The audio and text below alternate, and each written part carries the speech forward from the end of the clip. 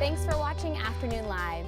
It's an effective and non-invasive way to reduce pain, improve the look of fine lines and wrinkles, and so much more. Here with everything you need to know about red light therapy, we welcome back Dr. Greg Hammer. It's great to see you. Great to see you too, Hannah. So let's talk about the basics of what is red light therapy and how does it do all that great work beneath the surface? Sure. Well, first of all, light is really the visual part of the electromagnetic spectrum. So there's a lot of electromagnetic energy out there in the form of waves. Some of those we don't see, microwaves, for example, ultraviolet light. We see the spectrum from violet or blue on the short wavelength end of the spectrum, and ultraviolet is shorter than violet. We don't see that. Our retina don't respond to it. On the other end of the visual spectrum is red light, and red light has long wavelength, and longer wavelengths than red are infrared. So it turns out light affects us in many ways. Blue light, as many of us know, activates our circadian rhythm and tends to arouse us. That's why we try not to be exposed to our cell phones, tablets, etc., that emit blue light at night before we go to bed. We can try wearing blue light glasses. I'm not sure how well they work. Red light and near infrared light have other effects on our physiology that are beneficial. They help and enliven our mitochondria, which are the little energy factors inside our cells. And so they have a number of beneficial effects on our skin, on our visual system, and even on inflammation and oxidative stress deeper in our bodies. So what are some of the benefits and things that you mentioned that red light therapy can help treat? I've heard that people that have fibromyalgia or even maybe some side effects from a cancer treatment could really benefit from this. Absolutely. So the more superficial things that it treats, and we stand very close to the red light, so it doesn't dissipate too much by the time it impacts our skin disorders like psoriasis, acne, some scarring, even fine wrinkles. And then the red and infrared may penetrate deeper into our tissues, our muscles, for example, and provide pain relief, relief from soreness after exercising. I think that has a lot to do with why sports teams and the Navy SEALs are using red light therapy. And there are a number of other benefits that have been demonstrated in limited studies, but not fully proven. But I do think that inflammation, pain relief, antioxidant effect, and increase in energy are generally thought to be benefits of red light therapy.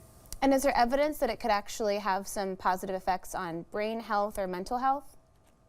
Sure, because the brain and other tissues in our body need the energy produced by the mitochondria inside the neurons and inside cells in the body. And since red light therapy seems to activate those mitochondria, make them more efficient at producing energy, yes, it affects many tissues, including the brain. And as we age, our mitochondria become less efficient. So you could say even that red light therapy might have an anti-aging effect. That's very exciting. So I think we've all seen a lot of advertisements for forms of at-home red light therapy products. Are there differences in those versus a medical grade, something involving red light therapy, and what should you look for? Yeah, that's a very good question, Hannah. I can't provide detailed information because most of the information comes from the manufacturers, which of course we have to take with a big grain of salt. I think kind of the higher end, one of the higher end companies is Joovv, Joovv, and I have no affiliation with them. I believe the 49ers, San Francisco 49er football team uses their device, and so that's the one I bought for my home. They're kind of pricey, but I think I'm a little bit skeptical of some of the really inexpensive forms of red light therapy devices on the market. I wonder about them. So it's not necessarily that I'm interested in spending more money, but from my investigation and based on who's using which brand, that's the brand that I went with. Sure, and we should talk about, it's not just a one-time use. You're kind of making a time commitment. So what should people expect to see some positive results? Well, I could say that, and this is anecdotal since it's just my own personal experience, but I found that I have a home gym where my red light therapy panels are, and I tend to get a little sore, especially as I get a little older after a vigorous resistance training workout. And I found right away that standing in front of the red light, 10 minutes in front, 10 minutes in back, does make me less sore the next day. So I think some effects might even be immediate. I think deeper seated issues like neuropathic pain and inflammation, fibromyalgia, for example, those probably require longer term treatment and several times a week. So maybe 20 minutes at a time. So there is a bit of a time commitment. That's incredible, though, that you can feel the results with that small time investment, and really encouraging for folks who have lingering pain and pain that's often hard to, I guess, diagnose or find the root cause of, that they could find some relief with something like this. Yeah, absolutely. You know, it's considered a biohack of sorts, and it's non-invasive.